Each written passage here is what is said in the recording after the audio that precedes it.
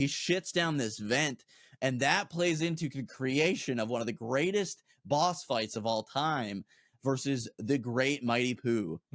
And the whole time you're fighting the Great Mighty Pooh, he's singing his song, and his song is like, I am the Great Mighty Pooh, and I'm going to throw my shit at you.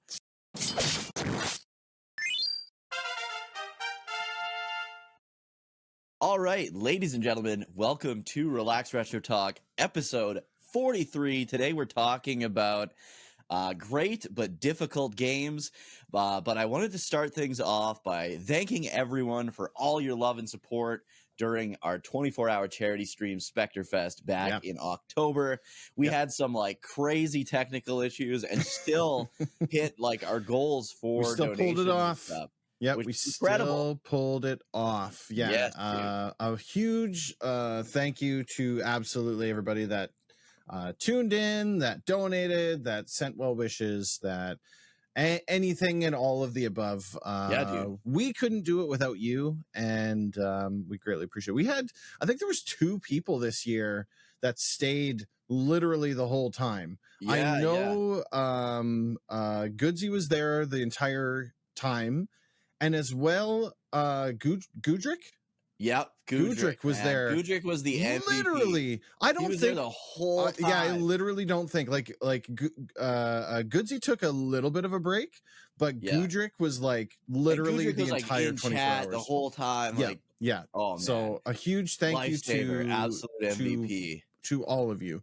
We really appreciate it. Lots of communities came together too. I know Grania was throwing the links out for us, and the folks over at the Rumpus Room, they were throwing the links out for us. And it was great. Everybody came out. It was a great time. It's hard to believe it's been a month already since the event. I find every year it takes me a little bit longer to recover from it, right? Same. Like the first couple of years they weren't so bad, but like now I'm dragging for a good 4 days, 5 days after. So it's funny because like I don't feel as beat during it as I feel like we used to, but afterwards I feel worse. It's actually really funny because we talk about it all the time. The event itself goes very fast, right? Like there's very little times where I'm thinking like, oh man, I don't know if I'm gonna make it. Like I don't even think that came about this year. I know like you'd always take that really awful block, the 10 p.m. to 3 a.m. block. Right? It's not so bad. It's not so bad the time frame. It's the games that you play, and I think this year the games, while they were bad, they weren't that bad or as bad. I guess I don't know, right? So. Yeah, I mean the year before we did Dr. Jekyll and Mr. Hyde, which is like one of the worst. Probably games the I've worst ever, game. Probably the worst game I ever played. Now, but I beat it, man. I was so stoked. Absolutely. Right. So, so all things in, at the end of the day, I want to say we landed at about $4,700 total raised this year, which is phenomenal. And, again, like you said, we had some technical issues. The donations page wasn't working when we started. And we had to default back to the other page. I've been in conversations with our team members over at Crohn's and Colitis Canada. They said they're going to work that out. So they were still even, I had a follow-up call with them about a week after the event. They were still having trouble getting that connection back together with Tiltify. So I had said for next year, I said this is a priority thing for us. Like we can't do this event unless this is going. We may do, but the problem, I still feel bad because when you donate, I want to celebrate you. Exactly. And, we couldn't get any donation notifications. Yeah, and so we had to like constantly be refreshing and guessing. So you and I were constantly in there. Finney was in there. Justin was in there. Kayla was watching as well. We had a bunch of people, and there was people in chat too that were doing this. I know Krim had threw a few updates, and people were throwing updates. Zabu was too. And we appreciate that, but I need it to pop up so that we can give you Exactly. that Oh yeah, proper it just thank makes you. So everything so much better. yeah, Easier for exactly. So everyone. because there's nothing worse than like you donating $100 And and then nobody nobody acknowledges it. nobody even acknowledges that you did it. Yeah. And then you have to be in chat and be like, hey, I donated, where's my thank you? You know what I'm Yeah, saying? So we don't even want that dude. scenario to come up. They said that they're going to work on it, which is fantastic. And it's all good. But yeah, Should be the working. total lifetime donations. So over the 5 years that we've done this event, we've raised just over just shy of $22,000 total. That's crazy. That's crazy. And so That's yeah, two two research research grants. Yeah, paid for. that's what that's worked out to. So You there's paid for. we guys. yeah, the people who supported us That's incredible. have put out 2 research grants for Crohn's and colitis under Jason's name, under the Spectrefest banner. So yeah, kudos to you, and you know, we're always looking forward to the next year as well. It's going to be a lot of fun, and yeah, it is great. It's always a great experience. We had such a great time. Everybody's still talking about the Among Us community night game that we did. Yeah, as well as so many people have reached out to me and they're like, that Peak game, that looks like so much fun. Oh, dude, that did look like so much fun. I hope it comes know to PS5 or something. Yeah, I know at least 5 people who have bought a copy of it just from watching the stream. So yeah, that's awesome. It's really cool. It's cool to have. It's cool to be an influencer. No, it's really cool. I mean, that's to why. put that out there. That's a big part of why I stream and make videos. Right? I want people to see these games that I love and understand why I love them, and maybe find that they also might love them, right? And exactly. give them a try. That's like a big part of why I do what I do, right? Exactly. So. Yeah, absolutely. So, but yeah, no, huge thank you. The Spectrefest pages, they are all still there. The Facebook page is there if you want to follow when we do it every year in October. So if you missed it this time, don't worry. I got 2 things for you. Number 1, the lives are always stored on our YouTube pages, so you can always go there and check them out. As well, we post clips and stuff all through the year, and every year it's in October. So around October 19th, which is Jason's birthday. So we try to make it that weekend, the closest weekend we can to October 19th. So if you missed it this go round, catch it on the next one. No big deal. Absolutely. So I just want to start off by saying I definitely am sick as a dick. If you can't tell already, just from hearing me talk. So I just want, if you guys think I sound funny, that's why. Super sick, have a bad cold. And then I wanted to ask you, what is your favorite Christmas movie? Maybe not your favorite, but the go-to one that you always hit every year. Like, I'm feeling so. I want to preface this by saying I'm not a big Christmas guy. Sure. All right. Sure. I've never been a big Christmas guy. It was always like my mom would always like just go to my stepdad's families for Christmas and just abandon me and my sister. So I would just watch Star Trek and Star Wars and just. That's it. Don't say that your mom abandoned you. Yeah, dude. And then after that, most of my adult life, I worked in retail. Right, so you're not home you're not around for Christmas when you're working in retail.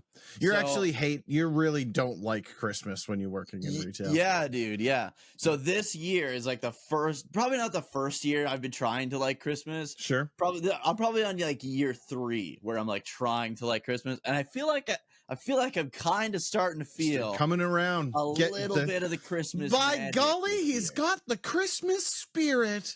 I'm getting a little bit of that Christmas magic. So I wanted to start by talking about that. I got my Trek the Halls shirt on. I love it. I do love that sweater. Did you get it online? Where'd you find that? Yeah, I did. I don't know. I've had it for years. I want to be the guy that's got like the Christmas sweaters that people are like, oh, that's an awesome Christmas sweater, right? I have a lot of Christmas sweaters, actually. That's how I kind of edged my way. You're getting in with the sweaters. I have a Spider-Man 2099 one. I think I got that one like last year. Oh, that's cool. I've got a Macho Man one. Do you have the Macho Man one that says cream rises to the top? Yep. I saw an ad for that and I was like, I want that. Yeah, that sweater. Yeah, That's it's good. cool. That's It's a cool, good man. one. Yeah, I love it. I only have a couple Christmas sweaters, and neither one of them are cool. So But yeah, so I'm not a big like I don't like the cheesy like Santa stuff sure, movies really still. I'm okay, not really there. The only one maybe is like the Santa Claus, like the first okay. one was Tim pretty Allen. good. Yeah, the other one's not so good. I actually have that as one of my sound commands on my stream. I can't remember. I think it's like point HUH, like huh or something. You I don't should make know, it but exclamation point Tim, and then Tim, we'll yeah, I'll always add remember that that. as one Yeah. of them too. Yeah, but yeah, that's Yeah. the only one. That's the only like Santa one that I Okay. ever really watched. Okay. But I want to know what's your go-to, and people watching or listening Yeah. to this, let Yeah. us know in the Tell comments. What us are in the your comments. maybe list your favorite one, and also list the one that you just make sure you watch every year, even if it's not necessarily your favorite. So I have a lot. I like Christmas movies. And I'm going to use Christmas movies in quotations because it's like I'm not watching like Miracle on 34th Street. Exactly. You know? Exactly. I'm not watching White Christmas. I What's will White Christmas? That sounds like sounds like some like Nazi shit. it's not. No, it's yeah. We won't get into it. You should watch it.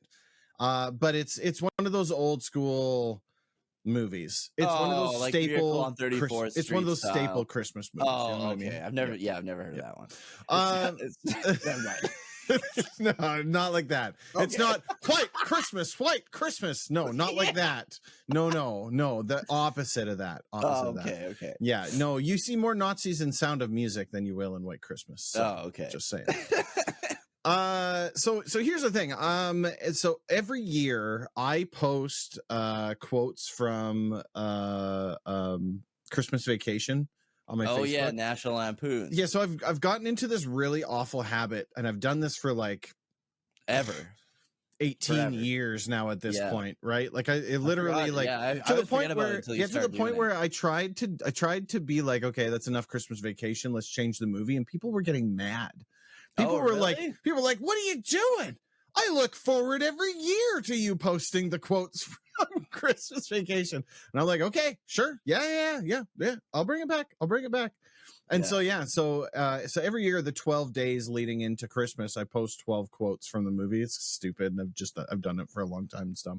Yeah. But, and every year at the end, is it the exact same quotes every year? No, though? I shift them up.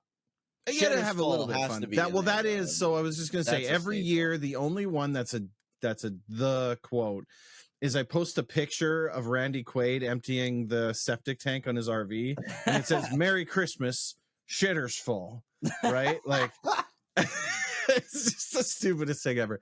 And so anyway, so that's a guaranteed watch. I don't know if I'd say it's my favorite Christmas movie. Yeah, that's what I mean. There's like a favorite, and then there's like one that I always make sure I hit. This is gonna sound awful, but my favorite Christmas movie is the Garfield's Christmas Special. Dude, that's my favorite too. Is it really? Yes. Okay, because it is. I have to watch it every year. It's really bad, but it's so good. It's just a nostalgia. So and good. My it's favorite short too. It's like nice short. It's 30 minutes. Yes. Yeah. Favorite scene in the movie: Grandma sitting in that rocking chair, holding the kitty, looking out the window, petting petting Garfield. Yeah. The best one. Talking about how much the Garfield Christmas Special. You gotta watch it. You gotta watch it. Yeah, and it was my introduction to what do they call him? Oh, what's his name? Christmas specials? No. His Doc Boy. That's his name. Oh yeah. And he's so weird. He's weird. It's all weird. It's just like the whole thing. But with that being said, yeah, I would say if I had to pick a favorite, it would be that.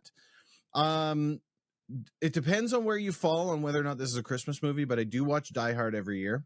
Yeah, I do too. So, I mean, I say yes to a Christmas movie. It's pretty Christmas themey. Yeah. Yeah, so I do that. And then one that has nothing to do with Christmas really, except for one small scene.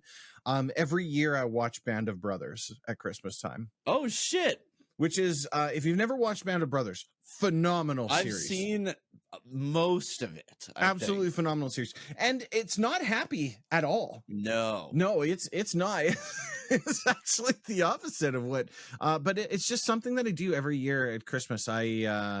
I put it on, I crank the volume, and I just have a marathon. That's your Star Trek. Like Yeah. for me, I'll just like watch Star Trek all like Christmas. Well, and that's the season thing. long. I might actually do some more Star Trek this year.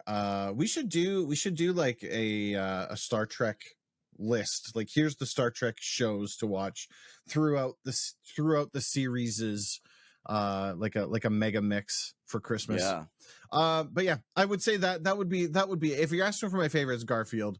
If you're asking for like non-Christmas, it's Die Hard. If you're asking for like what is the definitive standard Christmas movie, it would be Christmas Vacation. I do also like, as like, hey, we're gonna get into this, man. I watch a lot of Christmas movies.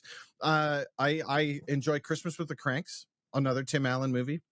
I do also like the movie Four Christmases. It's got Vince Vaughn. Oh it's a yeah, I did see that one. It's awful, but it's hilarious. There's a scene where so that was the one that I watched it once.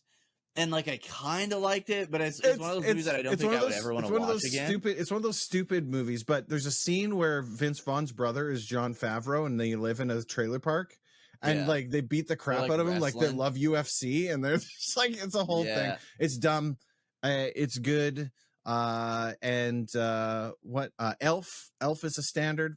I do enjoy Elf. It depends on how much you like Will Ferrell. My least favorite? Yeah, one that you like. If it's on, you're just like, and turn it off. That's where it gets to like the classic Christmas movies for me. Like the wife and kids like The Sound of Music. That's a Christmas. That's a Christmas movie. Yeah, it is. Oh, I didn't even know you that. betcha. Very long. Not for me. It's musical. It's not for me. Like I said, Miracle on 34th Street, again, not really for me. No. A lot of people like Rudolph the Red-Nosed Reindeer. I remember. So when I was a kid, claymation-y that was always one, like on when I was really little. It was always Frosty and Rudolph. And like, I don't hate them, but exactly. It's like I've seen them so many times, and it's just like I kind of like, like my kids love them. Yeah, I'm kind of like, I dislike the Jim Carrey Grinch movie. I don't actually like it either. I do like the cartoon Grinch. I don't mind the original, but that's another one that I've seen too many times. If you haven't seen the newest one with Benedict Cumberbatch, if you haven't seen that one, it is actually pretty decent. That one's pretty good. And then what is it? There's Office Christmas Party. That one was funny. Oh, never heard of that one. It's kind of like a Seth Green kind of jokey movie like that. Okay. It's funny. It's got its own things. Yeah, I don't know. I could go on, man. I got loads of them.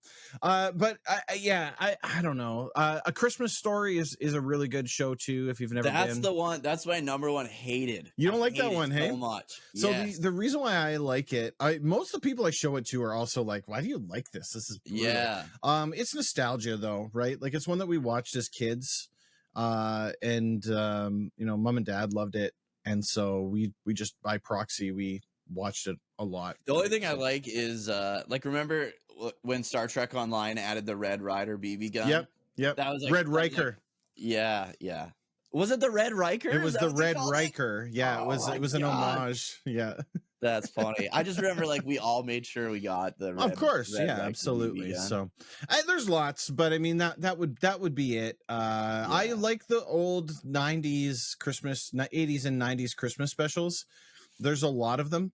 And I do quite. That's how I am. Those. Next year we'll have to do Halloween, a Halloween yeah. There's Halloween ones too. The Halloween ones aren't as good. Some are really good though. There was some really good ones. Yeah. Ernest Scared Stupid's probably my favorite Halloween. There's an Ernest Christmas one, but I've never seen it. Ernest Saves Christmas is okay, but not great. Oh, it's not as good. Yeah. Okay. Yeah. Okay. Ernest Scared Stupid.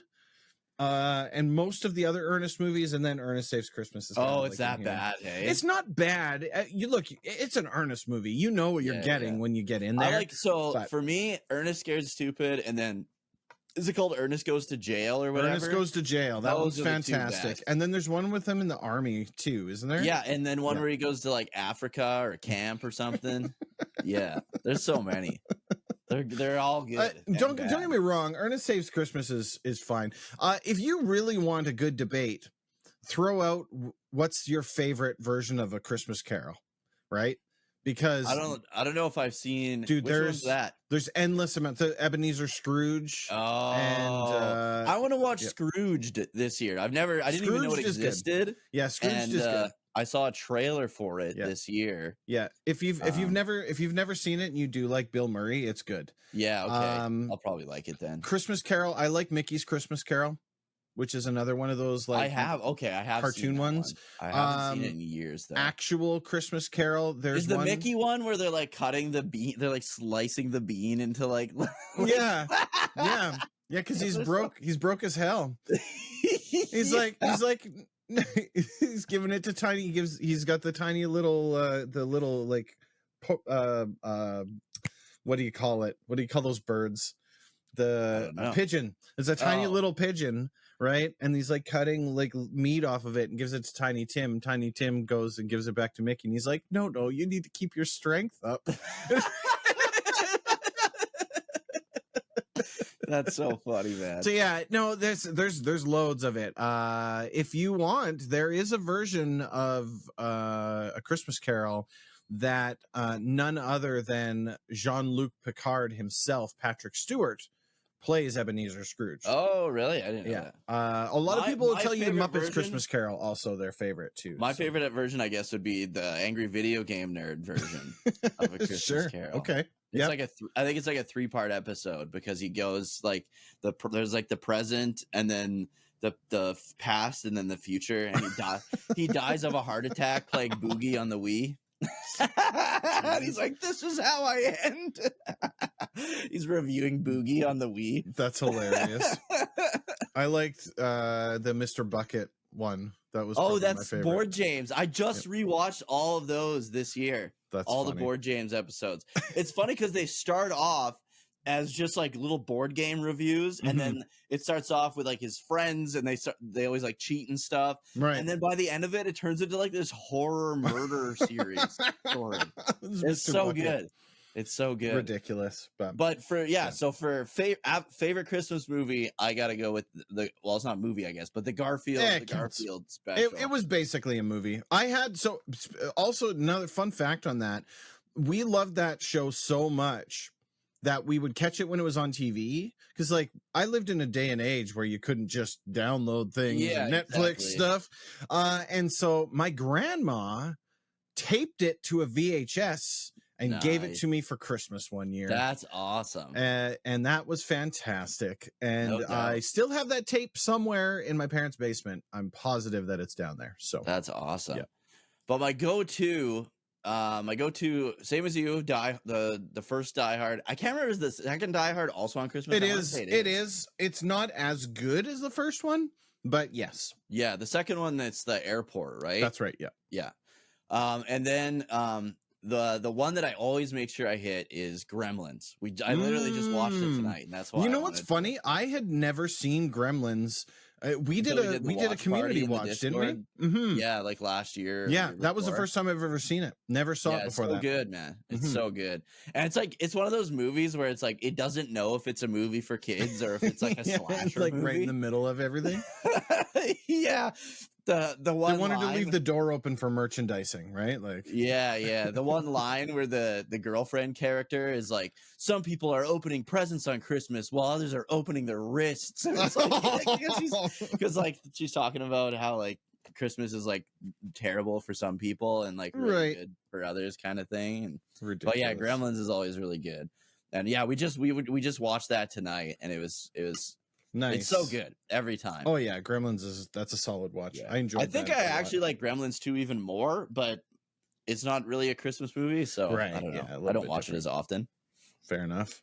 But yeah, that's kind of my go-to. Love it. But yeah, now let's slither on in to the main topic of the episode. Great but difficult games, hard games that we loved to play. Yeah. And I took this as like games we grew up playing. Yeah, that's most of mine are like that too. One of them is I don't know if I have any like as an adult, I don't really like difficult games anymore. Right. Like unless it's one that I grew up playing and I'm like replaying it, and now I've died billions of times as a kid, so I know how to like beat it now. Yeah, my entire list is games that I played as a kid with the exception of one.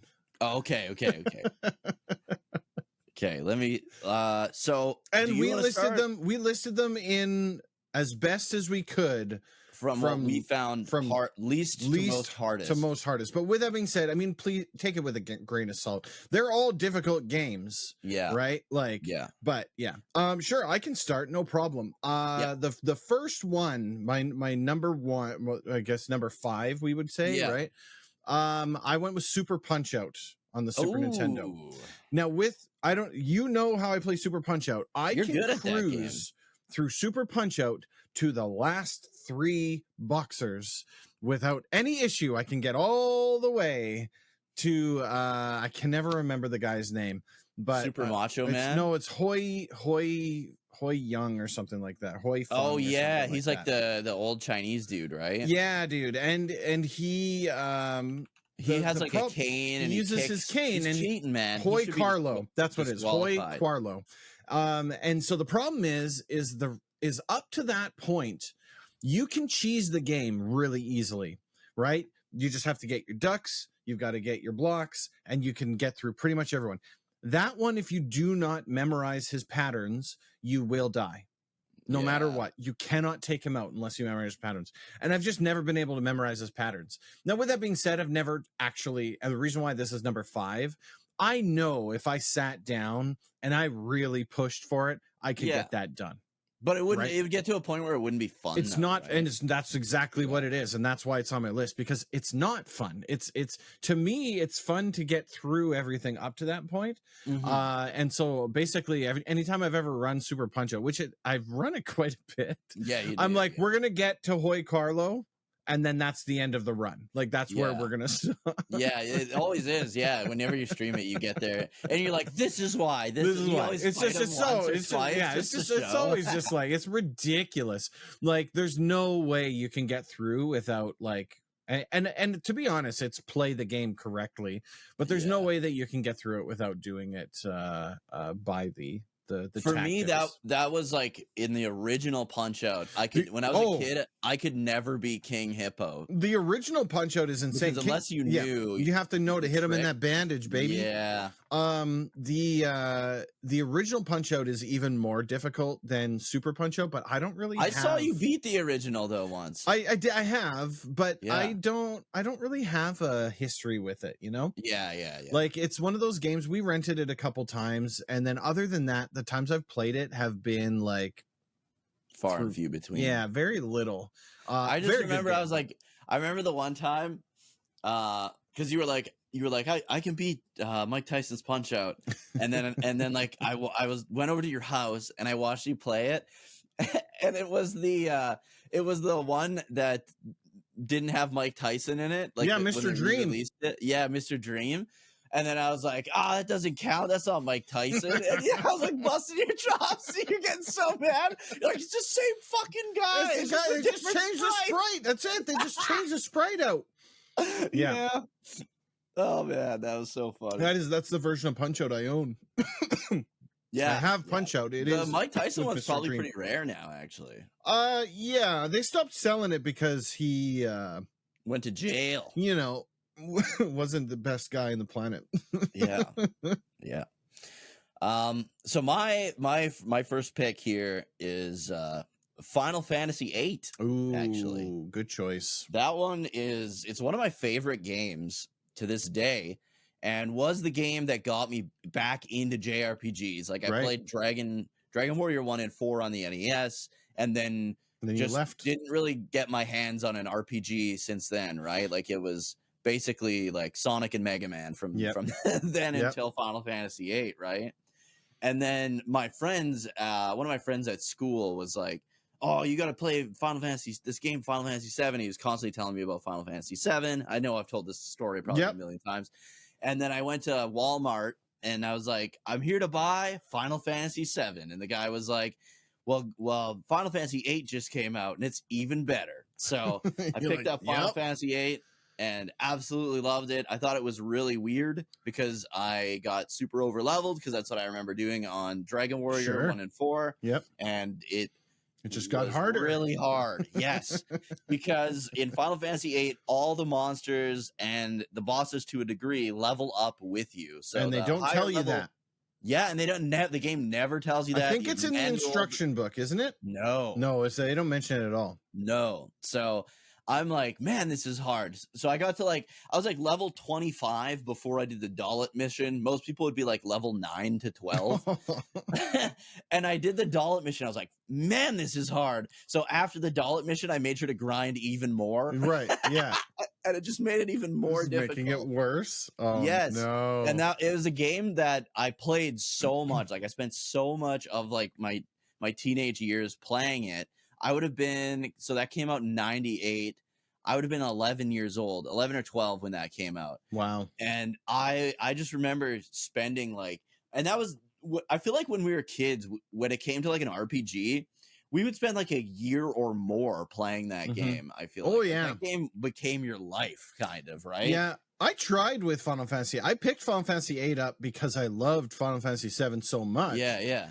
And I stopped playing it because it was so unlike Final Fantasy VII, right? It's quite a bit different. I don't think I made it past the first disc. So, but Retribution Time, I've decided that that's going to be the game I start the new year off with. Ooh, good idea. So come in January. Just a forewarning.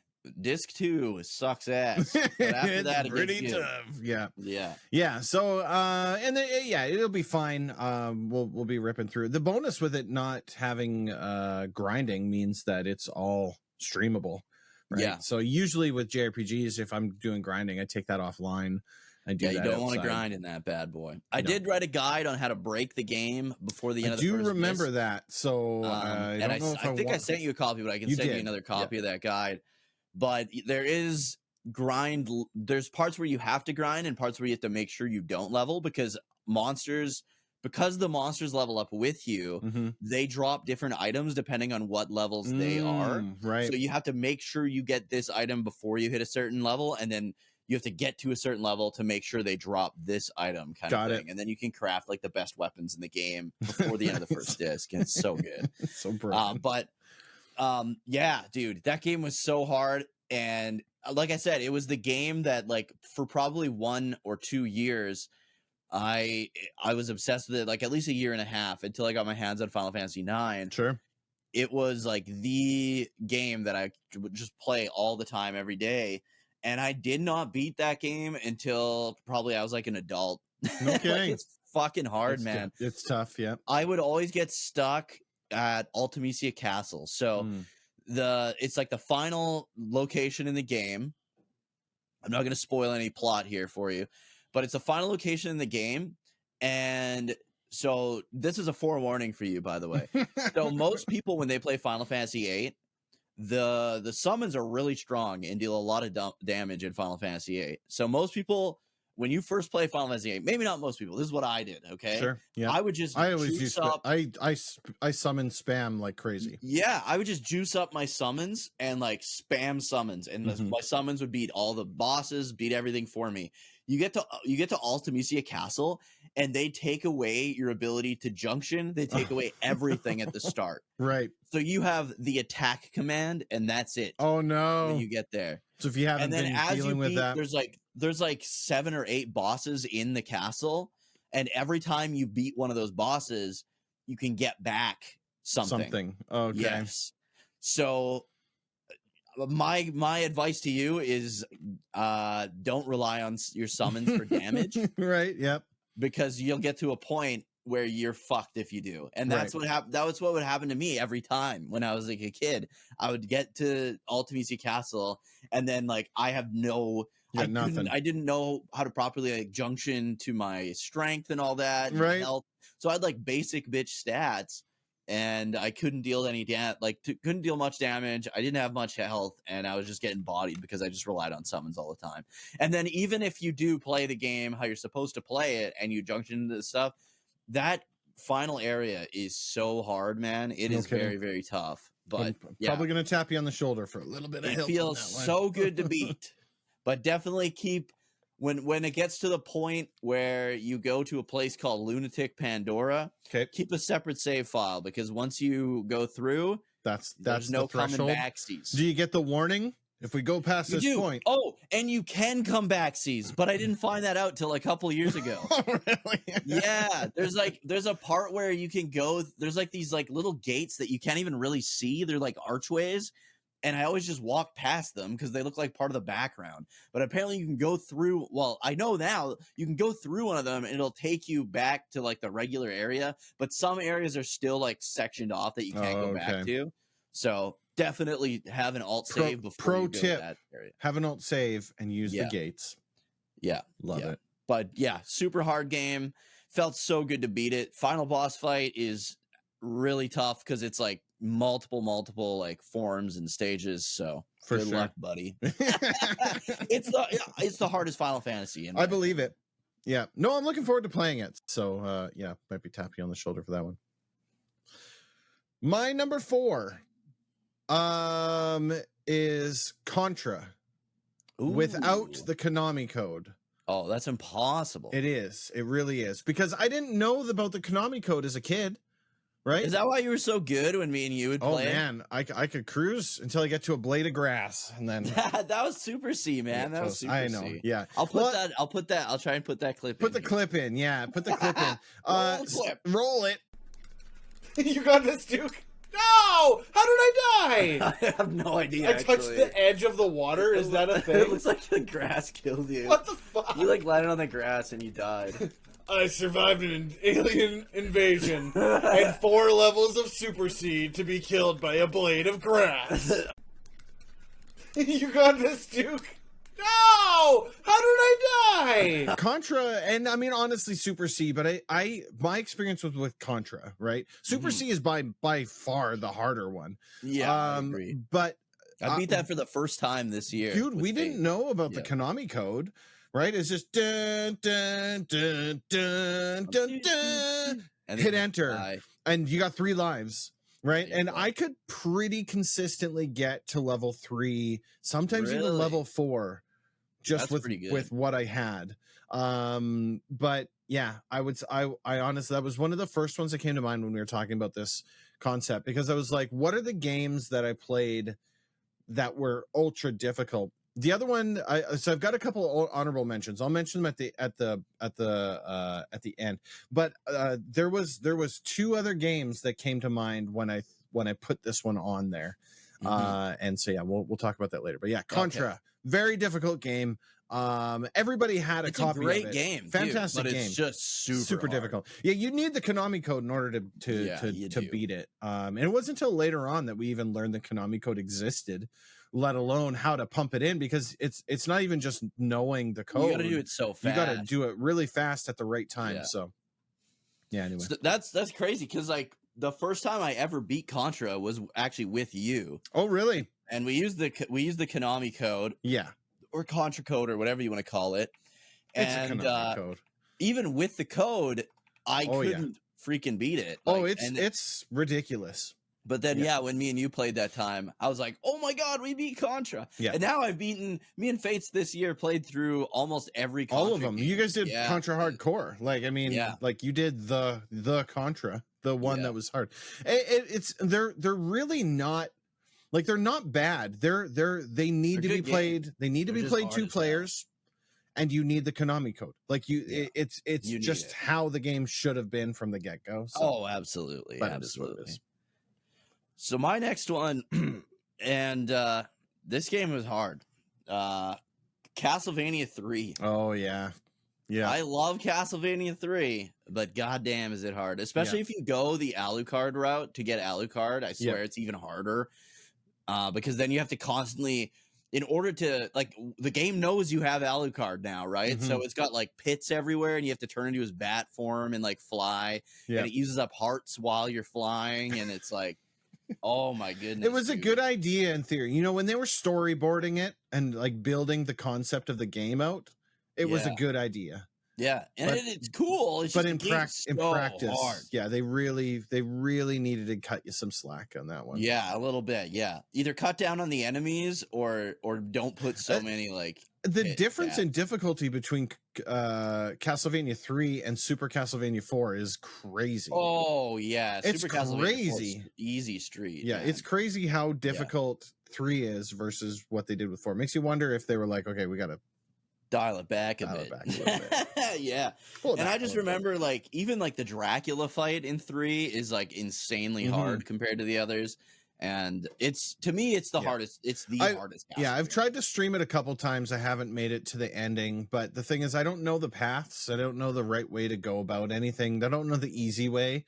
Yeah, I think if you just take top route the whole time, I think that's the easiest route. I think that's what you had said the last time I was doing it. I intend to go back to it again, but it's a cool game because there's multiple characters. I and love different that routes and yeah, different I love endings. that idea. It's essentially like at least 3 different games in one. Oh yeah, you get different levels depending on which way you go, and different characters, and they all do different things. Like Grant Dynasty lets you like cling to walls. Yeah. Honestly, Grant, if you go the Grant route, that's probably the easiest. There's a Grant, and then there's the wizard, who I thought was a dude until the Netflix show came out. Sypha. Yeah, Sypha. I thought it was like an old wizard man, but it's a girl. Yeah, she's great. Yeah, some people say Sypha is the easiest route. I think Grant Dynasty because you can just jump on the climb the walls and just you don't have to do anything. Yeah, but yeah, so many different ways to play it, but it is super hard. Honestly, even the easiest route isn't as it's still not easy. Yeah, it's still a challenge, but great game. Great game, just real hard. So number 3 for me is Yo Noid. I love Yo Noid, man. That is a good game. I rented it a couple times as a kid. It's so good, but it's ridiculously hard, right? It's ridiculously hard. I've been playing Yo Noid forever. Yeah, you haven't played it in a while. I haven't. I should fire that up again one of these days. Yeah. I really, really love that game because it's just like everything about it. Like the side scroller, it's just a fun game to play. The pizza eating contest, boss fights. It's so hard. And you get to a certain point where it's just the game's so hard and you know that they designed it to be this hard. And it happens so early on where the difficulty it doesn't take long. Yeah. Usually the people who've never played the game before have trouble making it out of level 1. Yeah. But then they get to level 2 and it's like the grocery store, but there's ice platforms. So you slide. So now not only was it already kind of floaty for a side scroller, now you're sliding on top of that. Yes. And you have to jump on little platforms, which normally wouldn't be a big deal, but they're breakable platforms. So if you stay too long, they crack and then they break. Yeah. So if you're not ready for it, you're gonna break it, and you get 3 lives, and it's game over, and you start over at the beginning again. It's ridiculous.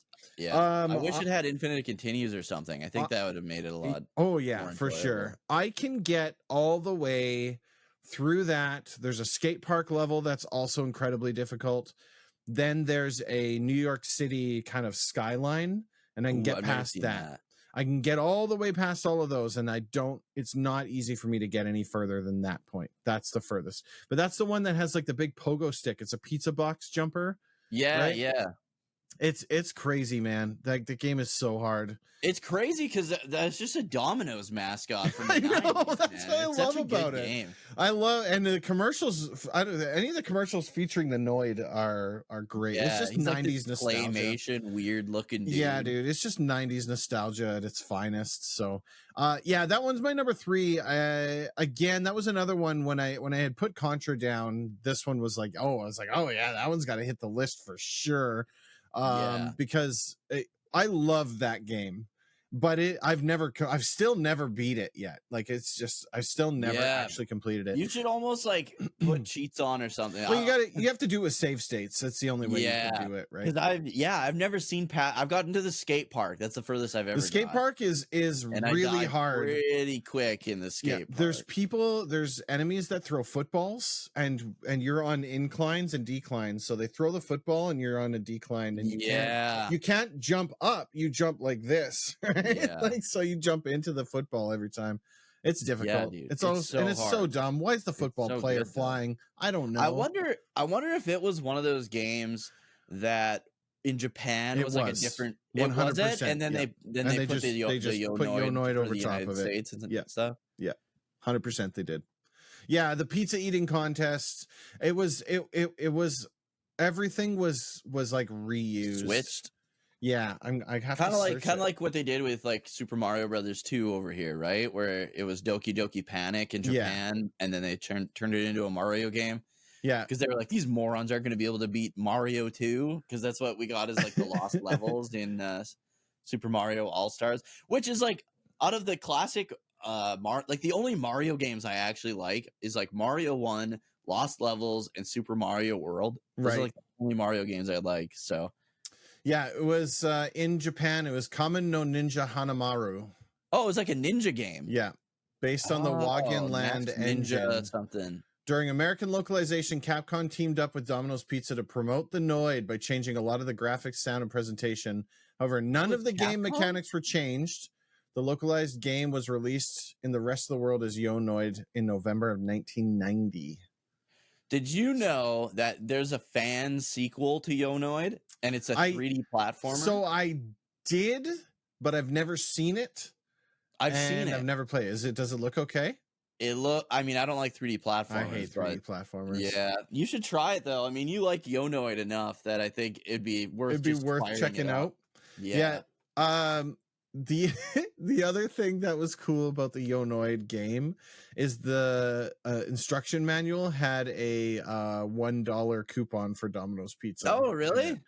There's 2 pizza-based games on the NES. Yo Noid was one, and T2, the arcade game. And T2 came with a personal pan pizza coupon. That's a way better deal than a $1 off. Way better.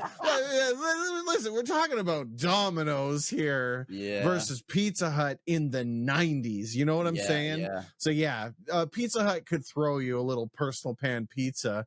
Domino's is like, are you sure we should give them a whole dollar? Like... That's brutal, man. I mean, a dollar went further back then. A dollar did go a little bit further. It's still not. Absolutely. You know what? This is why the Noid was stealing all that pizza, man. Speaking of like 90s ads and all that. Yep. One thing that I started doing this year at kind of Halloween season, there's a bunch of YouTube channels now that air like Halloween themed commercials from the 90s and 80s. Yeah. And it's like, because like back then everyone would get in on it, right? Like McDonald's would have their own like Halloween commercials. Yeah. And like, now you don't really see that at all nowadays, but nobody really watches cable. Well, anymore, and commercials are different. Everything has so many more rules now, right? Like you can't advertise directly to kids anymore. Yeah, that's true. So it has nothing to do with Halloween, but the only thing I thought of when you said that was creepy crawlers. Did you ever see those?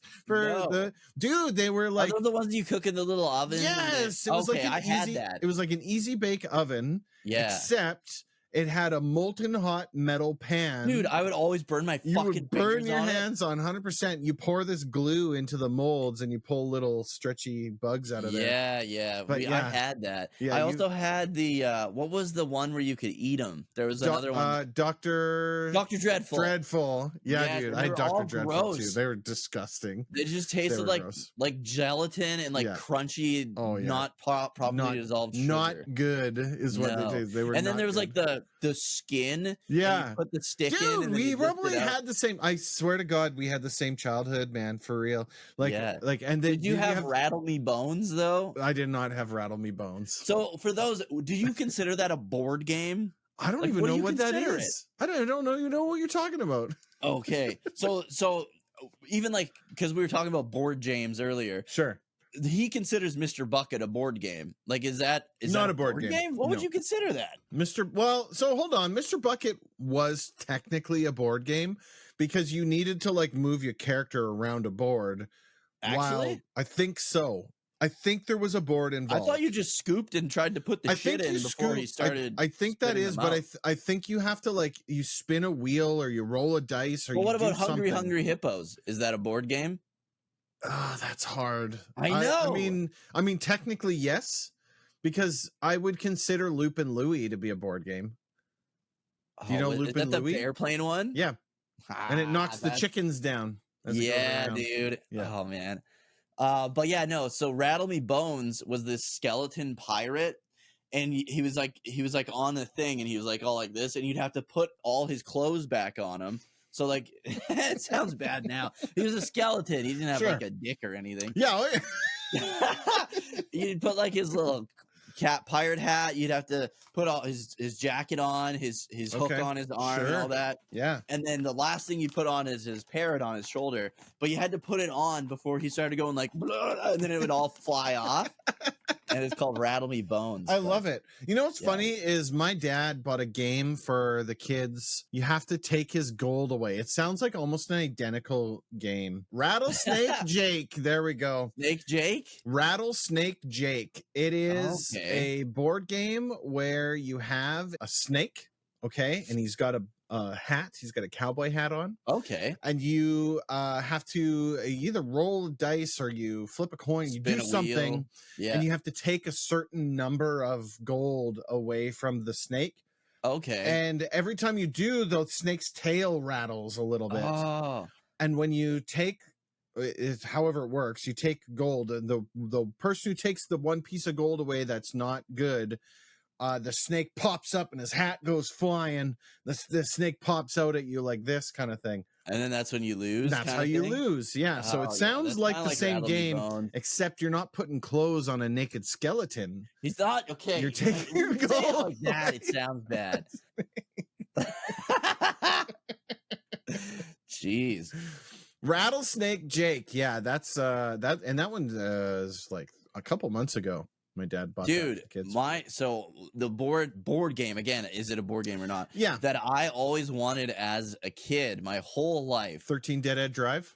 No, that's too complicated for me. Okay. Gator golf, bro. Oh, And, Gator Golf. dude, yeah, my okay. wife, I think it was last year for Christmas, got me Gator golf. No. I was like, Gator golf, dude. My cats love it so much because it's like the little balls. Sure, it and- launches them. Yeah. Yeah, and they'll like my cats will like play Gator golf. 'cause Oh, they're that's trying to, like, hit it in. hilarious. Yeah, dude. So I'll like play, and then it shoot. If you get it in, it like shoots it out of his tail. And, like, Sure. yeah, dude. Now Gator that you golf. mention it, I yeah. wanted Gator Golf too. Back Yeah. in the day. The Gator new Golf was one's great. not as good. Like it's a different Okay. model than the old one. The old Sure. one, you'd do it, and he'd shoot the thing out, the ball out, and then he'd like spin. This Sure. one he doesn't spin or anything. Oh, he it's just a little shoots the bit more ball out. basic. But, Okay, I get you. yeah. Yeah. There was the other one, the alligator. I don't know what it's called. There's like the alligator dentist where you had to put Yeah, his teeth yeah, in. yeah. And That that's is kind of similar to Rattle Me Bones and Rattlesnake What is Jake. that one called? I don't even I don't know, know, what that man. one's called. It's called the Crocodile Dentist board game. Oh, okay. That seems kind of dumb. That- It that is- had a name. It had a proper name back then. Had Yeah, to I have, feel like, right. I'm gonna I don't type in know. 90s. Let's see if it comes up with something else. but No, it's that still one called looked like a cool Crocodile one. Dentist, Crocodile Dentist. and it was Milton Bradley, and it was a board game. Yeah. Yeah. So have you seen, people are savage with this game? Have you seen what they do? They put like thumbtacks on the top. No. Oh, What? yeah, It dude, bites like- down and like Yeah. stabs you. Dude, I've seen some crazy stuff with that game. That is crazy. Not cool. Don't do that. That's not okay. It's funny because we were playing a game like that, and I got my kid in the store because they're just sitting out on the shelf. Yeah, in the you store. could try them. And so I got my kid to push the button, and it snapped down, and she whipped her hand back and just started bawling. Like, Oh so no. was not impressed with the experience of the Crocodile Dentist. And nobody, it turns out they don't like that game in this house. I would have loved that one. I would have been all in on that. Yeah, Yeah, 100%. I would have been the kid putting the thumbtacks in there, being like, let's play hard mode. man, no. No, not that. Anyways, quite the tangent we went on. Yeah, Yo Noid, Domino's Pizza, fantastic game. Way to bring it back because I didn't even know what the fuck we left out on. So my next one is you kind of mentioned earlier, Contra Hardcore. Oh yeah, there you go. I got that for my birthday when I was a kid, and I was like, so I would always watch movies with my dad, like a lot of the movies that I shouldn't have probably been watching. Sure. And I don't think I had played the original Contra yet. Maybe I did, maybe I didn't. But I got for the Genesis Contra Hardcore, and oh my god, dude, the box art is just so incredible. I should have had it next to me because yeah, I have the box and everything still. And it's just like this Schwarzenegger looking dude with like this big machine. Oh gun yeah. and this big alien, The alien skull with these like tentacle arms coming out.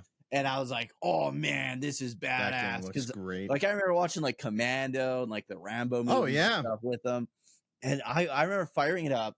And this was one of those games that when they released it in North America, they just juiced up the difficulty. Mhm. They took out so in the Japanese one, if you get hit, you lose a hit point. You had 3 hit points, and then you lose a life. In the This North was one American, and done, baby. yeah, it's one and done, man. And you lose your weapon upgrades, and like it was so hard. So I didn't actually beat that until years later when I got my hands on like a ROM hack that's basically the Okay. Japanese Sure. has the Japanese health system, but it's With the North American game. English translation. Yeah, yeah. Yeah. And it's so good, man. There's like 7 or 9 different endings depending on, Mhm. because there's different routes you can take. Each character has their own different like special weapons. So Sure. like depending on who you play as, it's a completely different experience. Even like there's Fang, who's like this werewolf, this wolf man with a like Barrett from Final Fantasy VII's gun arm. Right. Yeah, and he's super tall though, so it's actually kind of hard to play as him because it's harder to dodge, avoid damage. And then Right. my favorite is Brownie, who's like a little robot guy, and he has like a double jump, and the double jump is like a hover because he has like a rocket that shoots out of his butt. And his weapons, a lot of his weapons are kind of cheap. Like I like using him because his weapons are almost all homing attacks, Right. which are super good. And then you've got Ray, who's like the dude, and his power-ups are similar to like original Contra. Like you got the spread shot, you've got like the flame shot, Sure. and then you've got Sheena is the chick, and she's got like the laser, and which sucks in every Contra game. But yeah, no, Yeah. it was so good. The story's good. It's just so freaking hard. Very But difficult. now, I mean, if you get like the ROM hack with Yeah, play the Japanese Japanese version. difficulty, you could totally beat it. Like it's not that hard at all. But the version I played as a kid, the North American version of that, is freaking It's impossible. dumb that they did that. I always thought I that was know. stupid, but I could never get past Neumann. and who's did it like, do you think it ever worked? Do you think people rented the game more because it was difficult? Like to me, a game being that difficult, I just didn't rent it again. yeah, I don't know. Like, I don't know, because I didn't rent a lot of the games that were Yeah. that difficult. I ended up buying them or owning them. Well, so maybe it did work. Maybe it did work. obviously. Yeah. Maybe it did work. But it's not like That's I rented hilarious. it and then bought it. So I Sure. don't know. Yeah. I don't know. That's fair. Speaking of renting games, my number 2 is Pocky and Rocky 2. Oh, those games Because- are so good, but so hard. Unbelievably, we rented out of all the games. So the local store that rented Super Nintendo games had Pocky and Rocky 2, and by and large, that was the game we rented the most of. Like not, it wasn't even close. We rented that game the most easily, hands down, because we were determined to get to the end of the game, Because it's so good. we never got to the end of that game. Not even once. Not even close. So Because like the boss fights are insane. I don't know if it's the first one or the second one, but I remember with your brother Bubs, The second we one. did beat one of them. If it's possible you beat the first one, but the first one only has literally Pocky and Rocky. So if Yeah. you played as anyone other than the raccoon, Yeah, no, it was just the raccoon. so and it could have been girl. the first one. The first one I believe was easier than the second one. Okay, yeah, we did beat because because it's not a raccoon; it's actually a tanuki. Which Sorry, is like my Japanese, bad. but here they would have called him a raccoon. He was a for sure raccoon. here. Yeah, No, he was a doesn't raccoon call in him tanuki. America. But when you use his special move, it's the tanuki with the giant nutsack shows up on screen. Yeah. Because That like still works. That's still the thing in Pocky and Rocky 2. Okay, but because that's how we yes. beat it. I would just like I would cheese that finishing move. Sure. And the worst part though is you could accidentally throw your teammate at the And enemy. he goes flying off. Yes. Yeah. But it was so good. Is it the second one where you're on that raft? Mm-hmm. Oh yeah, that's impossible. Fighting the I don't think I've cannibal. ever got past the raft part. in Yeah, that one. the cannibal boss, which is one of the very first bosses that you face, is very, very difficult. But you can beat him, and when you do, you get to the wheat fields stage. right. You find the scarecrow character in that stage, and at the end of that stage, you fight the fox demon, and the fox demon is insanely difficult. And if you happen to get lucky enough to get past the fox demon, you reach the raft stage, and Impossible. and you The cannot raft stage beat the is raft impossible. stage. I've never made it past it in that one. It's the so it would have been Battletoads the of first the one that Super I beat. Nintendo. The second one has like a good system too, though. Because It's can't you go great. to shops and like Yeah. get, like, armor Oh and yeah, stuff? there's yeah. It was a very, very, very good game with an absolutely insane difficulty. Yeah. Like And it's that's insane. what this episode's all about. Yeah. That's the perfect game. That for is this episode. yeah, absolutely. So hard. It was And a it's great like game. it also appealed to like us being kids because like they're like Oh, little yeah. cartoony characters and they're so Yeah, and it's like it's got So Japanese folklore in it and stuff. I didn't know that as a kid, ton. but now The that you whole look game. now looking back at it, it's like, oh, this was a very cool game. I wanted to. That is a game that's on my Grail list of Super Nintendo games to own. It's so expensive, dude. I'll never own a copy of it. Like Yeah. it's just how it is. Like it's like $250. Yeah, it is. It's just like it's just never gonna own a copy of it, which is fine. I'm okay with that. But Yeah. yeah. My next one is another one that really appealed to kids. Okay. And I feel like everyone McKids. played this game, but it's so freaking hard. And that's Earthworm Jim, dude. Mm. You ever play Earthworm Jim? I did. I played Earthworm Jim and Earthworm Jim 2. I want to say I've beat them both. I've never beaten Earthworm Jim. Jason to this definitely day. beat both of them. He was unbelievably good at Earthworm Jim.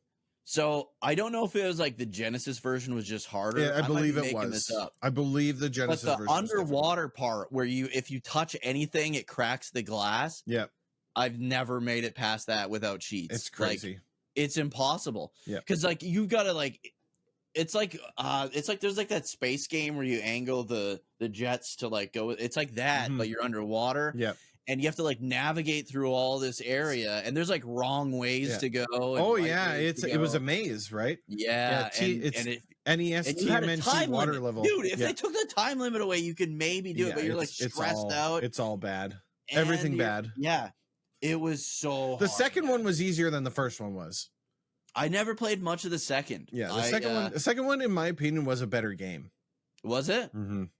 I just remember like the marshmallow dog Yeah, part. That's Yeah. all I really remember about the second one. yeah, and and he has like a snot thing on his backpack or something. was it the first game or the second one that showed the cow and it was like right at the beginning? Okay, Yeah. so I have beaten the original. Okay. but I had to use like cheats. Like level yeah. skip cheats. Well done. Well and- done. Well done. and- Well done. And you because at the very start of the game you launch that cow, you Yep. you whip that refrigerator and it lands on the thing and it launches the cow, Yeah. and then It says you cow beat launched. the game and you beat the super hard boss, by the way, like the final boss. Dude, there's no way I would have been able, like the last It's levels are ridiculous. insane Yeah. too. Oh I yeah. skipped all of them. Like Yeah. I would like play 2 minutes of a level and I was like, this is fucking impossible. And then I just skip it. Yeah, I can't remember if the water part is before or after hell, but I think remember I it's can beat before. hell. I can Sure. beat hell, but I couldn't beat the water level. But anyways, the final areas are insane because you're like helicoptering and landing. on Oh a boat. yeah. It was a bananas difficult game. Yeah. Like, why was it so hard? And there was a TV show. I had the comic books. Oh I yeah, loved it was Earthworm Jim, everywhere. Earthworm but Jim was it everywhere. Impossible to beat. Yeah. And He was I voiced by remember you Homer beat- Simpson, by the way. So in case you didn't know. That makes sense. Yeah. That makes sense. Yeah. But I Same. remember like I fought the final boss after like tons of cheats, by the way, and beat the final boss. And you get the princess, and that cow you launch at the very beginning of the game lands and crushes the princess, and that's how like the game ends, from what I remember. So stupid. Yeah, Yeah, so you know what? Like I didn't really like it was a good game, but I'm never like, man, I want to play Earthworm Jim. Oh, you know I'll what I never mean? play like, it again. It was too like, hard. Yeah, it's I been one loved of it those as a things. kid, though. I It was did- like one of my favorite games for a while. I think it's the second game. Is it the first or second game where he's sitting in the little chair that like the grandma goes up the stairs? That's two. Yeah, yeah, that's two. That's like the first level, I think. yeah, two. that's like rammed in my brain. That one. I Like, barely one and made it two anywhere in the second one and two are very similar games. Like they just Yeah. feel like the same game almost. It just a feels like little bit different. like a direct, Yeah, so, continuation. I don't know. It's So hard, It's man. very difficult. Yeah, Loved it, but Jason beat those games for sure. Now that I think Um, about it, I might not have actually beat them myself. I might have seen him beat them. Probably, But because they were anyway. nuts hard. Yeah, Man. they're crazy. Impossible. He loved that game, dude. He loved both of those games. Crazy. My most difficult game on this list, I went with Cuphead. And I went Ooh. with Cuphead because I really, really love Cuphead. I love that game. I love that it's completely hand drawn. I love that it was an indie title. I love everything about that game.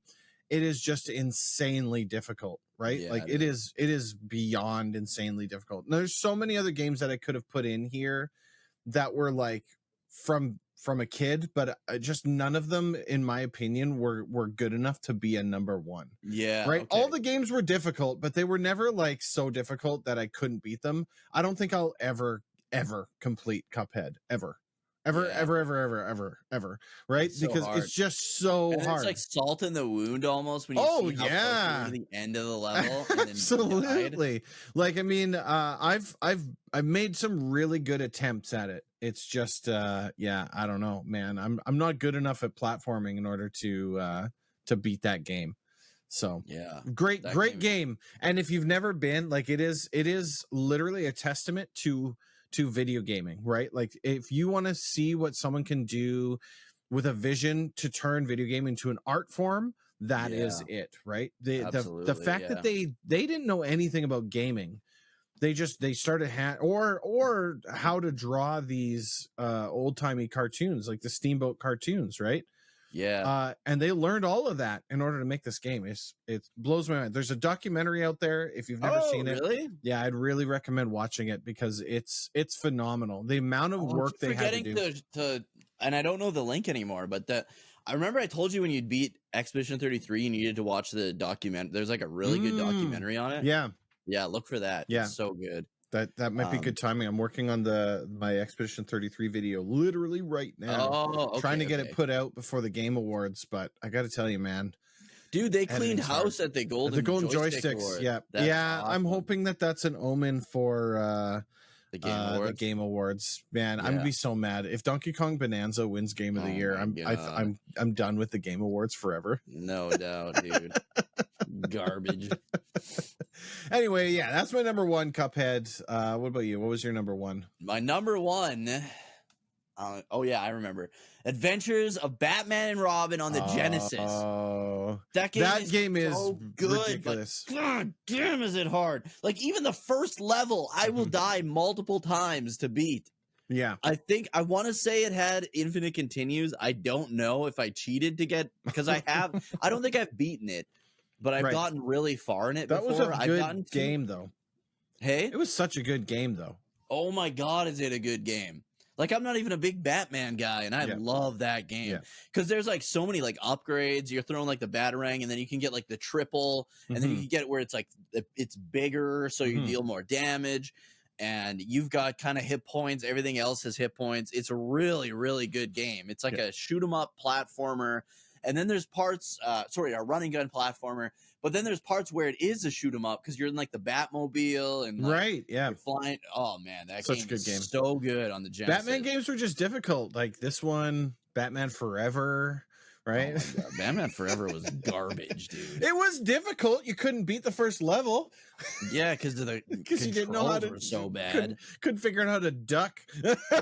Yeah, it wasn't down. By the way, go down floors. Yeah, I could go up if I mashed the buttons. Yeah, sometime. pushing down didn't work. By the way, nothing so worked. Stupid. The worst game. The Batman Forever was garbage. We'll play.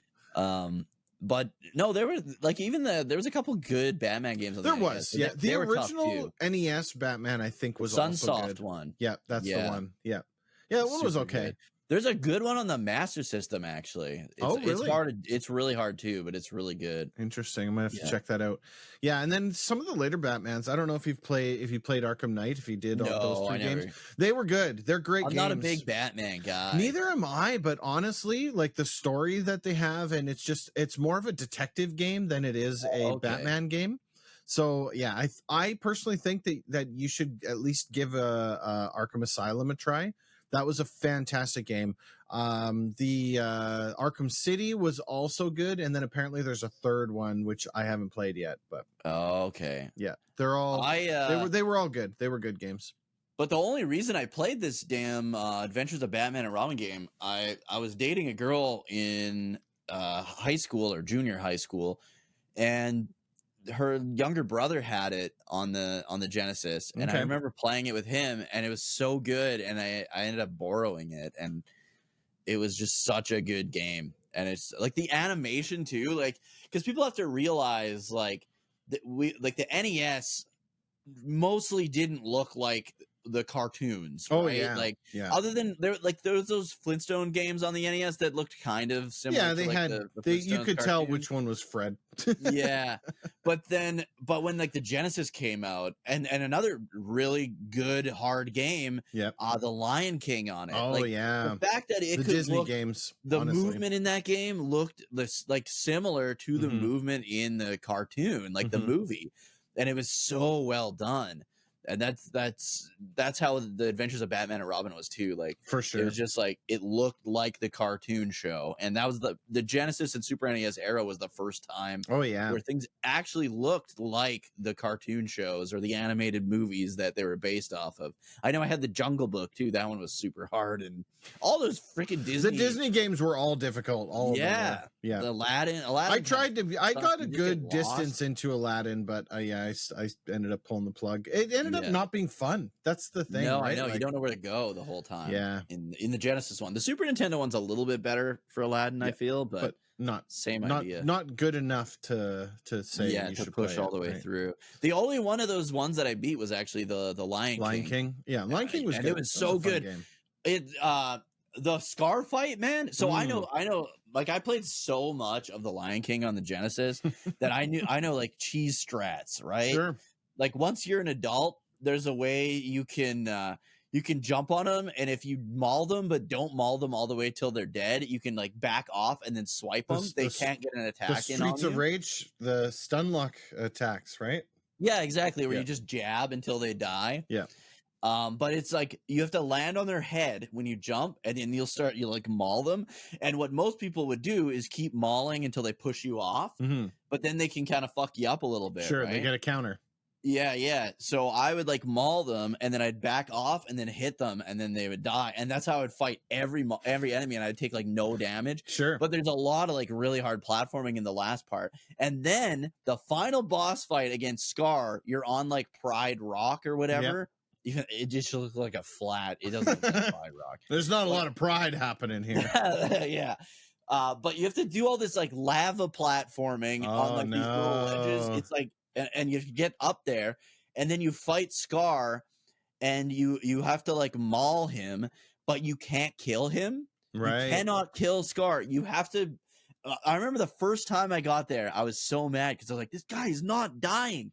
You have to get him to a point where he's like laughing, like you beat him so much, all he'll do is laugh, and then you have to let him back you up to the ledge where you're Mhm. about to die, and then maul him, and you'll throw him over top of you like in the movie, and he'll Yeah. fall to his Have to death. set up the stage. Yeah, dude, it's kind of cool, but god damn, is that Difficult. game hard?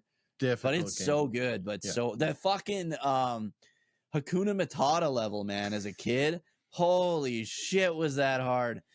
And then there's an ostrich section where it's like a Oh, auto yeah. scroller. Oh, Yeah. and you have to like You jump, double across jump. them. Oh, Yeah. that's the hardest part of the game. The- Like people say the adult stuff's hard. That is the hardest part of the whole game. Absolutely. Solid games. I've got a few honorable. Do you have any honorable mentions? Yeah, so the Disney games would be my Sure. honorable mentions. Yep. My last honorable mention, and I feel like I never got even far enough into the game to really enjoy it. It was Battletoads on the NES. That was an honorable mention. Yeah, I had Battletoads as well.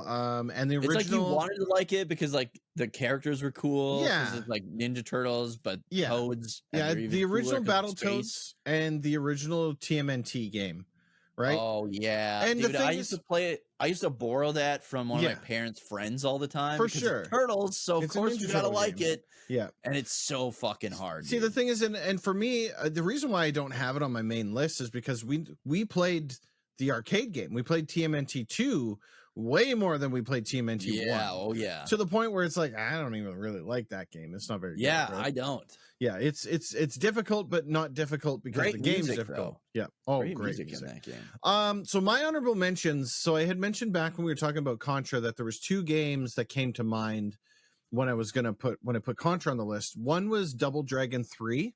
Oh my god. It's super hard. Dude, everybody had it it. out of the dojo, which is like the first screen.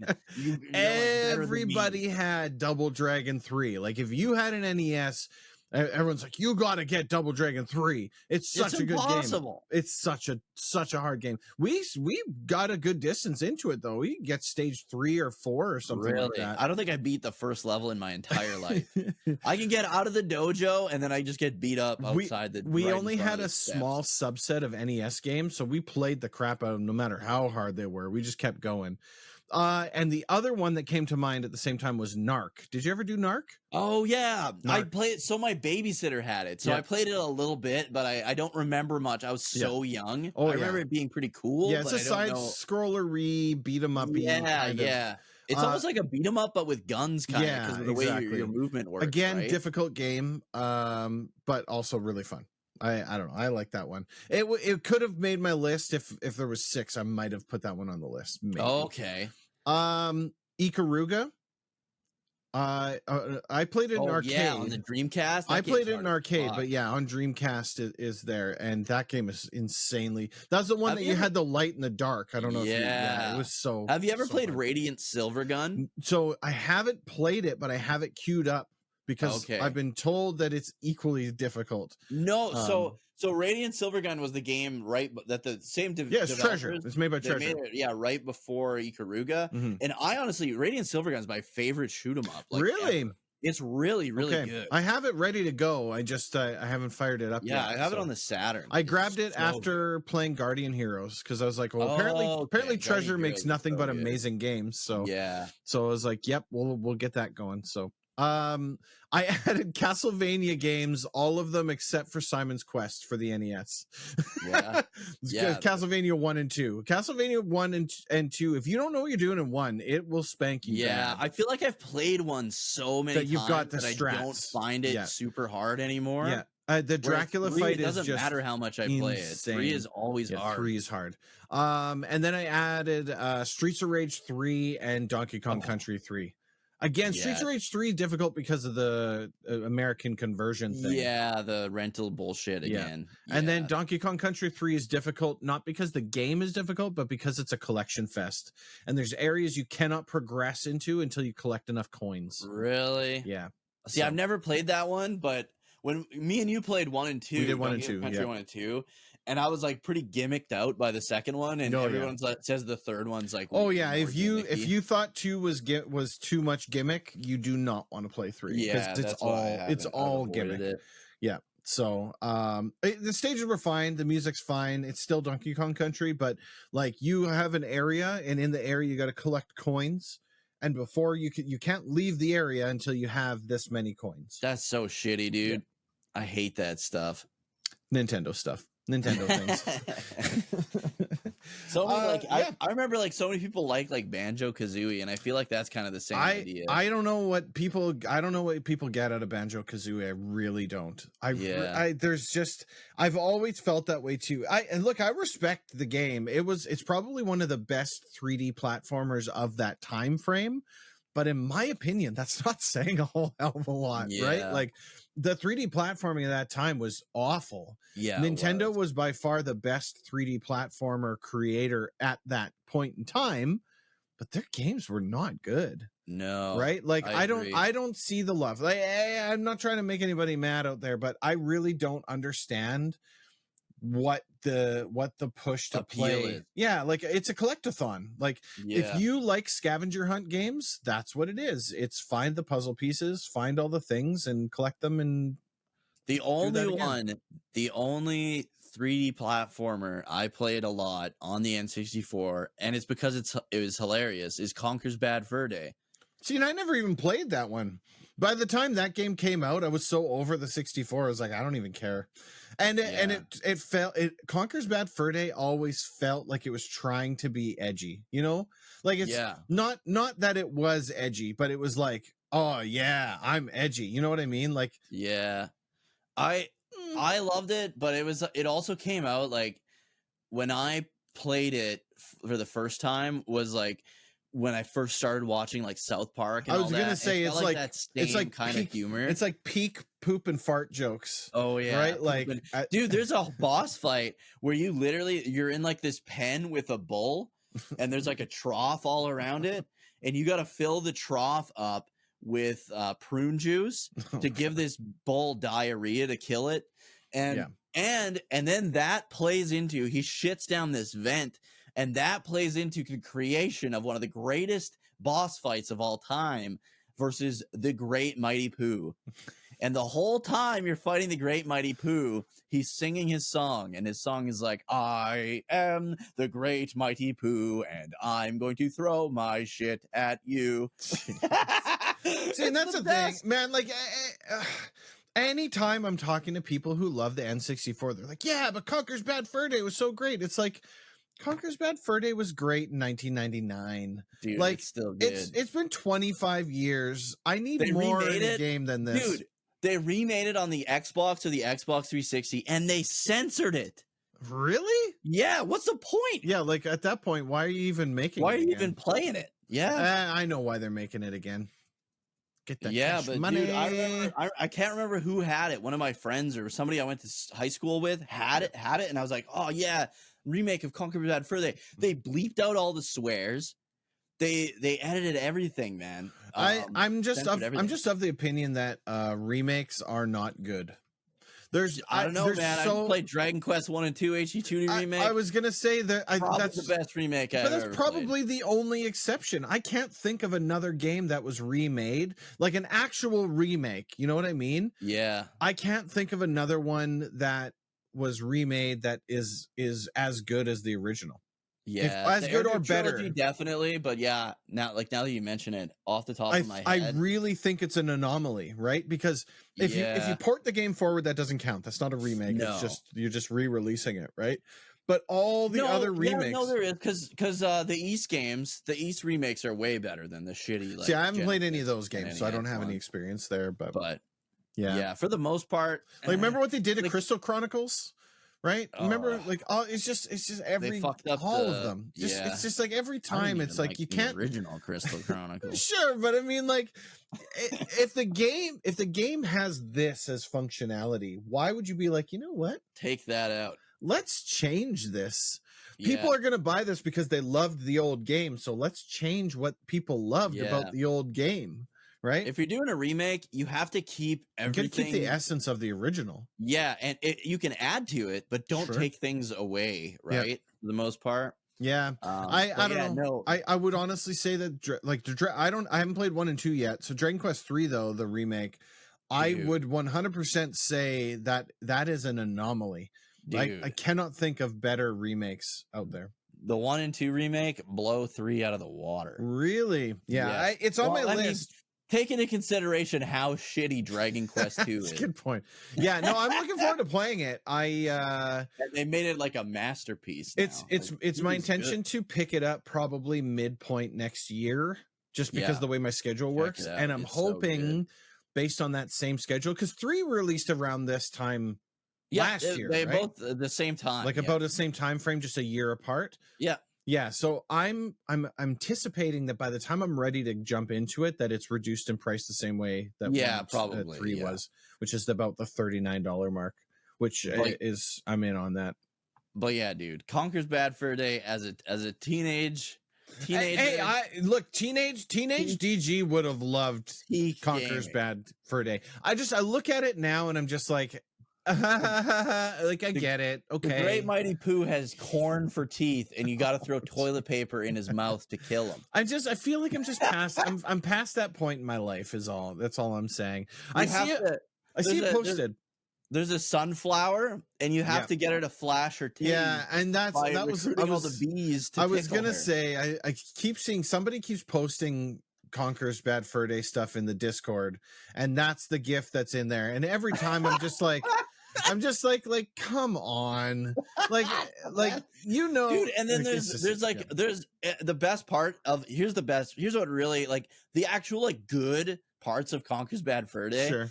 are when they're like actually like spoofing on things. Yeah, I So- saw the Saving Private Ryan. Yes, dude, and everybody dies, and he's just like, "Oh my god!" Like because like you're in the Like the trench. boat. Yeah. You're in the boat to like okay. get to coming Normandy into it. Beach Okay, or I get whatever. you. Yep. And everyone's like, you're in there by accident. First of all, you're not supposed to be involved in this. The whole situation is by accident. So here's the premise of the game. Okay, there's this mad scientist, and his chair, or he's the king of all the land. All right, there's this big panther guy. He's the king of all the land, and he's got like this mad scientist that's like his second in command guy. Sure. And the game opens up, and Conker's sitting in this throne, and he's pissed off, and he's like, "Yep, that's me, king of all the land." And anyways, the whole reason Conker ends up dragged up into this is because the king, the Panther King, he's got like this little side table next to his throne that his cup of milk sits on, and one of the legs of that little end table break, and the mad scientist is like measuring it, and he needs to fix it for the king. And the only thing the first thing that comes to his mind that's exactly the same height as this leg of this end table is a squirrel. All right. So instead of just getting a piece of wood, so Conker gets pulled into this huge thing because they need him to replace this leg of this end table. And anyways, he ends up in Saving Private Ryan. There's the part where he's like, and they're all like, he makes friends on the boat on the way there, and they're like, we're gonna take it to him. We're gonna overthrow the king. And they make landfall. And Conker's like, let's go. Yeah, okay. They like talk them into it. And everybody's running, and they're just dying. Everybody dies except him. And he's just like, oh no. It's so good. It's so good. The multiplayer is so good because it's got like a shooting like kind of thing. And then it finishes it with two huge references. And keep in mind, this came out like 1999. Yeah, right? Yeah, we've been right around 2000. Yeah, and the final area. So you went through. You watched all your friends die in the Saving Private Ryan stuff. Right. You went through all this stuff. You end up getting back together with your girlfriend, who you kind of lose at the beginning of the game because you stay out drinking too long and you get lost on the way home. You finally meet up with her, and you're like, all right, time to get serious.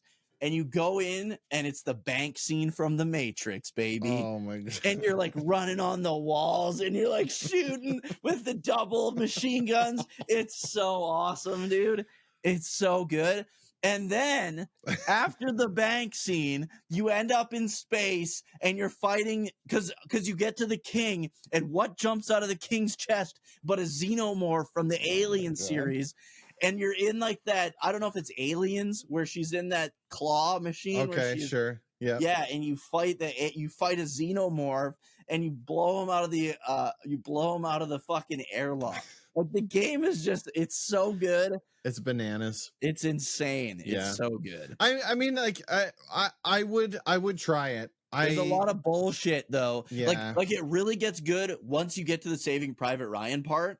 Sure. But up until that, it's very like Banjo-Kazooie. Well, they were probably trying to create that game, and then they were like, we're shutting down the studio, and they're like, all right, well, let's have some fun with this game at least. Yeah. Then. Well, it's rare. It's rare that made it. Yeah. Yeah. But it's so good. I don't know. I mean, like 3D platformer I like. I get it. Like rewind time, go back to 2000. I understand it. It's its place in time. People still reference that as like their favorite N64 game of all time. And I'm just It's like, probably my favorite N64 game. yeah, but you don't I like really N64 games. your pool of games is very shallow for the Yeah, N64. You know what I'm saying? Yeah. And I look at that game and I look at what made it up. And then I look at the PS1 library and I'm just like, how can you look at this game? Let's call it that. How can you look at this and say that this is your favorite system from this generation? No. Because it's nowhere near good enough. Yeah. This is the system that should have sunk the company. Sega should still be making games. Your company should be down and out. Yeah. But because people have such a hard on for Zelda and Mario, that company will forever be locked in time forever for gaming. Right. So I don't know. Conker's Bad Fur Day is never, it was, even back then, it was never my thing. I remember looking at the commercials being like, this game looks stupid. This game looks like the dumbest, most stupid thing I've ever seen in my entire life. Here's what you got to do. Here's what you got to do. You get your hands on Conker's Bad Fur Day. Sure. You get like there's a cheat code that'll unlock all the levels, if I remember correctly. Right. And skip the first few. Yeah, you could play the first couple and then skip like the whole middle and go straight to the Saving Private Ryan stuff, and then finish the game, and then get a bunch of friends and play the multiplayer, because there's like a cops and robbers mode where you have to like the weasels have to steal the money from the bank, and then the other guys have to kill them and then take the money back to the vault. Okay, sure. And this sounds like just a regular, like, janky third-person shooter, right? Right. But there are bathrooms in this stage, and if you're in the bathroom, you can't use your guns, so you have to, like, arch your piss stream. Oh, it's so good, man. Yeah. That reminds me, there was a South Park game, first-person shooter game. Yeah, it was really bad. Don't play it. No, I know, but like you peed on a snowball to like do your charge shots. Man, yeah, it was shitty. N64. We're gonna have to have we'll do a podcast about how, like, the few good games on the N64. We did. Growing up with the N64. No, but like check it out. Deep dive into like the 3 games that were good on the system. Right? Like Conker's Bad Fur Day. Mario Kart 64 is still one of the best. Mario Kart 64. And Diddy Can I gotta say, those original Mario Party games were still fun. But the Mario Party 2, Mario Party 2, one. Yeah, 1 wasn't as good. 2 was good. I can't remember. Every mini game in the first one was this. Yeah, everyone burning out the joysticks on your controller. And then I don't even know if there's a. Did I say Majora's Mask? No, Majora's Mask. That's it. I didn't. And I don't even like Majora's Mask now because it stresses me out. I didn't like Majora's Mask. Turok 2, that was fun. It's terrible though.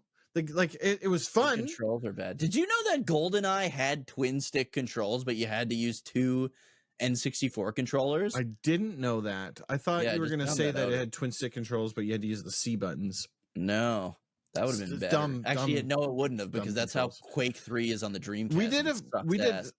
We did a bunch of GoldenEye and Perfect Dark in college. We did a bunch of split screens. It's fine for what it is. I hated it, man. But it's definitely not great, right? No. Like, nah, it's not. I don't know.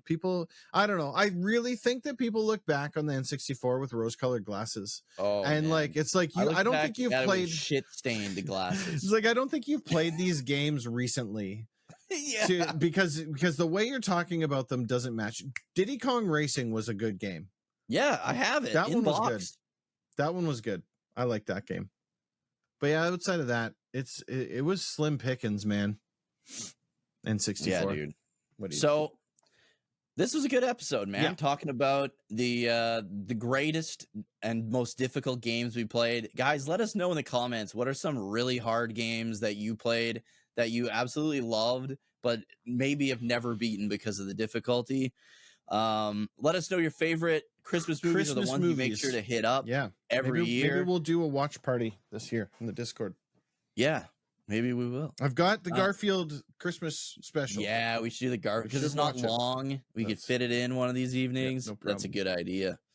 But yeah, our plan going into the next year, obviously our next episode is going to be the best of the year episode. The year roundup. I'm looking forward to that. Talking about best games we played, best games released. Yeah. Start best, typing in the Discord now. Maybe you'll be our pick for best Discord. Best Discord member of the year, best moderators, all the good We stuff. should make Look forward to that. we should make a roll for who gets nominated for our Discord member. Maybe let's do that. A roll, Yeah, Discord member of the year, Discord member of the year. 2025. Yeah, that's a good we're idea. gonna do that. But yeah, and then next year we've got some great freaking podcast ideas. We've got games nobody's heard of that we loved as like that we cherish. And then we've got we're gonna go back to the growing up with series, but we're gonna do genres. So we'll do like growing up with first person shooters, growing up with 3D platformers, growing up with 2D platformers, JRPGs, like, and we're gonna, same as we did with each console, we're gonna be talking about like our first experiences with that genre and like throughout our lifetime. And I think that's gonna be really awesome be a lot going of into fun. the next year. You're not gonna want to miss them. Forward to that. Let us know where we can find you. DG is found on YouTube at youtube.com/@dadgamingonline. You got to put the at so aggressive. You got to put that. Well, I know it's because so here's the thing. Okay, here's the thing, guys. Like, bring it in. Find me Huddle on youtube.com at because they make me put the at in there. Listen, huddle up. I am 440 watch hours away from crossing the threshold into having a real YouTube page, right? I've got enough subs. I've got enough videos. I've reached that point. I simply just need to cross that it's like 500 watch hours or something, or 1,000 watch hours or something. It's like that. 5,000 total. It's something like that. But I'm only 450, 460 away from it.